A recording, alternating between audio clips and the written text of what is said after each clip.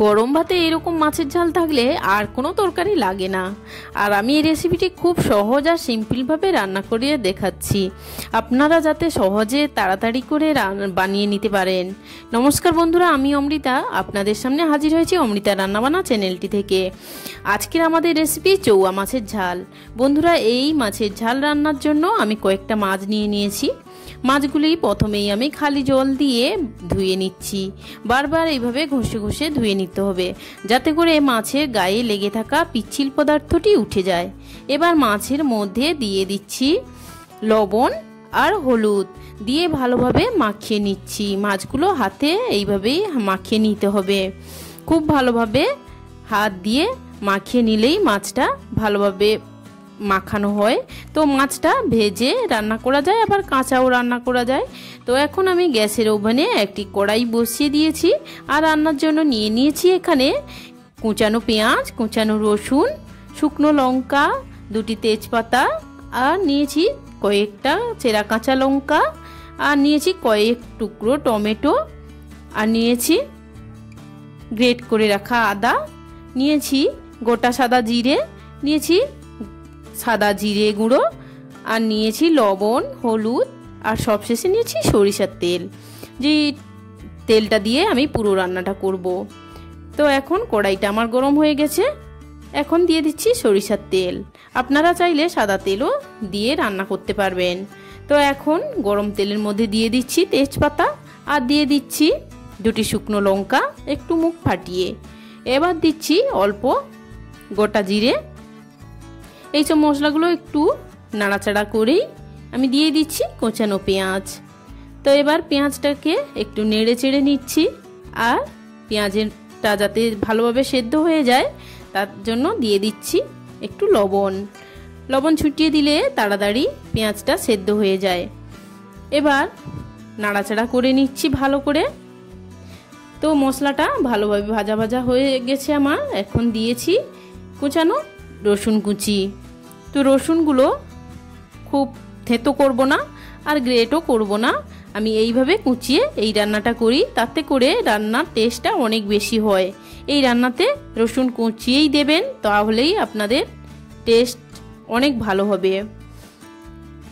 তো রসুনটা কাঁচা গন্ধ চলে গেলে তারপর আমি অ্যাড করে দেব গ্রেট করে রাখা আদা। আদাটাও আমি নেড়ে চেড়ে ভেজে নিচ্ছি। আর সব মশলাগুলো আমার সুন্দরভাবে ভাজা হয়ে গেছে। এখন আমি দিয়ে দিচ্ছি টমেটো টুকরোগুলো। টমেটো টুকরোগুলো ভালোভাবে ভেজে নিয়ে মশলার সঙ্গে এইরকম অবস্থায় দিয়ে দিচ্ছি চেরা কাঁচা লঙ্কা। এবার এটাকেও আমি ভেজে নিচ্ছি। এবার নিয়ে নিয়েছি একটি বাটিতে একটি পেস্ট বানিয়ে নেব।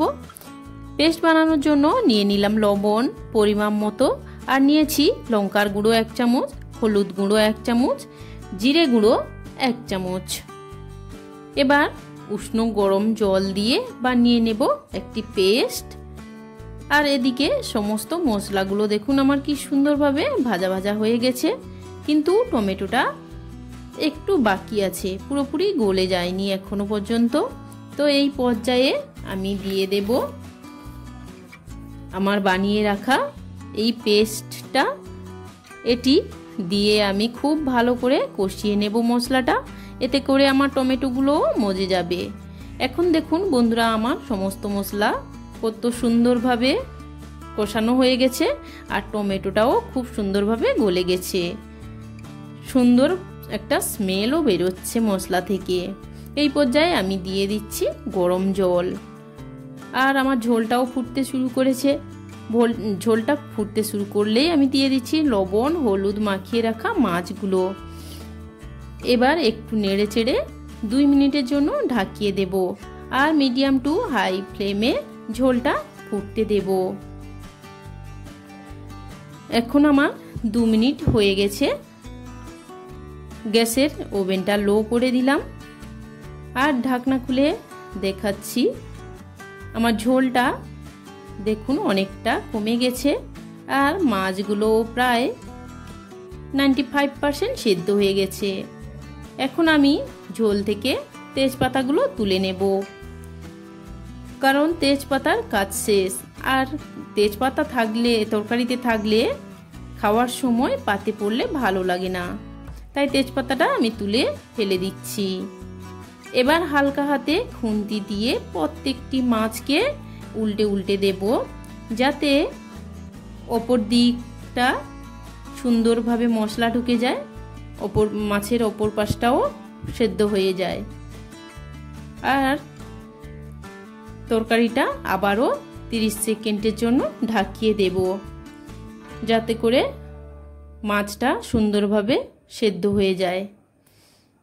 তো বন্ধুরা, ফিরে এলাম 30 সেকেন্ড পর।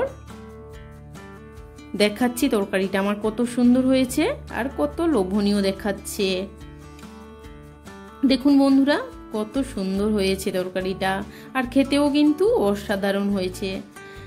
গরম গরম ভাতে এটি খেতে দারুণ লাগবে। তো বন্ধুরা, আমার রেসিপিটি যদি আপনাদের পছন্দ হয় তবে অমৃতা রান্নাবান্না চ্যানেলটি লাইক করবেন, কমেন্ট করবেন এবং শেয়ার ও সাবস্ক্রাইব করে পাশে থাকবেন। আর পাশে থাকা বেল আইকনটি অবশ্যই প্রেস করে দেবেন, যাতে আমার সকল রেসিপি সবার আগে আপনাদের কাছে পৌঁছে যায়। ধন্যবাদ বন্ধুরা। রেসিপিটি কেমন হয়েছে কমেন্টে জানানোর অনুরোধ রইল। দেখা হচ্ছে পরের রেসিপিতে। ততক্ষণের জন্য ভালো থাকবেন, সুস্থ থাকবেন।